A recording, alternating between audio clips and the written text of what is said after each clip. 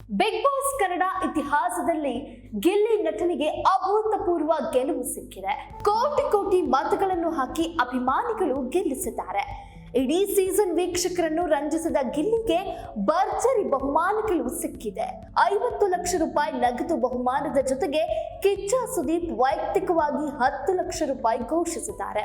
Maruti Suzuki victorious ಕಾರನ್ನ ಕೂಡ ಬಹುಮಾನವಾಗಿ ಗಿಲ್ಲಿ ಪಡೆದಿದ್ದಾರೆ.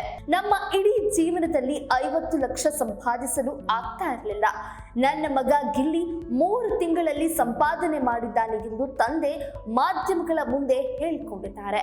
ರೈತ ಕುಟುಂಬದಿಂದ ಬಂದ ಗಿಲ್ಲಿ ತಮ್ಮ ಕಾಮಿಡಿ ವಿಡಿಯೋಗಳ ಮೂಲಕ ಗಮನ ಸೆಳೆದಿದ್ದಾರೆ. ಬಳಿಕ ಕಿರುತೆರೆಯಲ್ಲಿ ಅವಕಾಶ ಸಿಕ್ಕಿ ಕಾಮಿಡಿ ಕಿಲಾಡಿಗಳು, ಡ್ಯಾನ್ಸ್ ಕರ್ನಾಟಕ ಡ್ಯಾನ್ಸ್ ಶೋಗಳಲ್ಲಿ ಭಾಗಿಯಾಗಿದ್ದಾರೆ. ಈ ಹಿಂದಿನ ಶೋಗಳಲ್ಲಿ ಗಿಲ್ಲಿ ಗೆದ್ದಿರಲಿಲ್ಲ, ಆದರೆ ಬಿಗ್ ಬಾಸ್ ರೀತಿಯ ದೊಡ್ಡ ಶೋ ಗೆದ್ದಿದ್ದಾರೆ. ವೀಕ್ಷಕರ ಮನಸೂರೆಗೊಂಡಿದ್ದಾರೆ. ಬಿಗ್ ಬಾಸ್ ನಲ್ಲಿ ಗೆದ್ದ ಹಣದಿಂದ ಜಮೀನು ಖರೀದಿಸಿ ವ್ಯವಸಾಯ ಮಾಡ್ತೀನಿ, ಫಾರ್ಮ್ ಹೌಸ್ ಮಾಡ್ತೀನಿ ಎಂದು ಗಿಲ್ಲಿ ಹೇಳಿದ್ದಾರೆ. ಆದರೆ ಗಿಲ್ಲಿ ಗೆದ್ದಿರುವ 60 ಲಕ್ಷ ರೂಪಾಯಿ ಕೂಡ ಅವರ ಕೈ ಸೇರುವುದಿಲ್ಲ. ಟ್ಯಾಕ್ಸ್, ಸೆಸ್ ಎಲ್ಲ ಕಟ್ಟಾಗಿ ಉಳಿದ ಹಣ ಮಾತ್ರ ಗಿಲ್ಲಿಯ ಕೈ ಸೇರುತ್ತೆ. ಹಾಗಾದ್ರೆ 60 ಲಕ್ಷ ರೂಪಾಯಿಗೆ ಗಿಲ್ಲಿ ಕಟ್ಟಬೇಕಾಗಿರುವಂತಹ ಟ್ಯಾಕ್ಸ್ ಎಷ್ಟು? ಗಿಲ್ಲಿಗೆ 50 ಲಕ್ಷ ರೂಪಾಯಿ ಬಹುಮಾನ ಸಿಕ್ಕಿದ್ರು 30% ಆದಾಯ ತೆರಿಗೆ ಅಂದ್ರೆ 15 ಲಕ್ಷ ರೂಪಾಯಿ ಪಾವತಿಸಬೇಕು. ಜೊತೆಗೆ ಶಿಕ್ಷಣ ಹಾಗೂ ಆರೋಗ್ಯ ಸೆಸ್ 4% ಅಂದ್ರೆ 60,000 ರೂಪಾಯಿ ಕಟ್ಟಬೇಕು.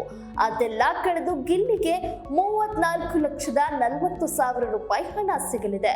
ಅದೇ ರೀತಿ ಸುದೀಪ್ ಘೋಷಿಸಿರುವ 10 ಲಕ್ಷ ರೂಪಾಯಿ ಬಹುಮಾನದ ಹಣಕ್ಕೆ ಕೂಡ ಟ್ಯಾಕ್ಸ್ ಕಟ್ಟಿ ಉಳಿದ ಹಣವನ್ನ ಗಿಲ್ಲಿ ಪಡೆಯಬೇಕು. ಇನ್ನು ಮಾರುತಿ ಸುಜುಕಿ ವಿಕ್ಟೋರಿಯಸ್ ಕಾರ್ ದರ 10 ಲಕ್ಷದಿಂದ 18 ಲಕ್ಷದವರೆಗೆ ಇದೆ. ಬಹುಮಾನವಾಗಿ ಸಿಗುವ ಕಾರ್ಗೆ 31.2% ತೆರಿಗೆ ಕಟ್ಟಬೇಕಾಗತ್ತೆ. ಅಂದ್ರೆ 15 ಲಕ್ಷದ ಕಾರ್ ಆಗಿದ್ದಲ್ಲಿ 4,08,000 ತೆರಿಗೆ ಕಟ್ಟಿ ಗಿಲ್ಲಿ ಕಾರ್ ಮನೆಗೆ ಕೊಂಡೊಯ್ಯಬಹುದು. ಬಹುತೇಕರು ಬಿಗ್ ಬಾಸ್ ವಿನ್ನರ್ ಗಿಲ್ಲಿಗೆ 60 ಲಕ್ಷ ರೂಪಾಯಿ ಹಣ ಹಾಗೂ ಕಾರ್ ಬಹುಮಾನವಾಗಿ ಸಿಕ್ಕಿದೆ ಎಂದು ಭಾವಿಸಿದ್ದಾರೆ. ಆದರೆ ಇಷ್ಟೆಲ್ಲ ತೆರಿಗೆ ಕಳೆದು ಉಳಿದ ಹಣ ಮಾತ್ರ ಆತನ ಕೈ ಸೇರಲಿದೆ. ಆದರೂ ಕೂಡ ಭಾರಿ ಮೊತ್ತದ ಬಹುಮಾನವೇ ಮಂಡ್ಯ ಹೈದನ ಪಾಲಾಗಿದೆ ಅಂತ ಹೇಳ್ತಿದ್ದಾರೆ ಅಭಿಮಾನಿಗಳು.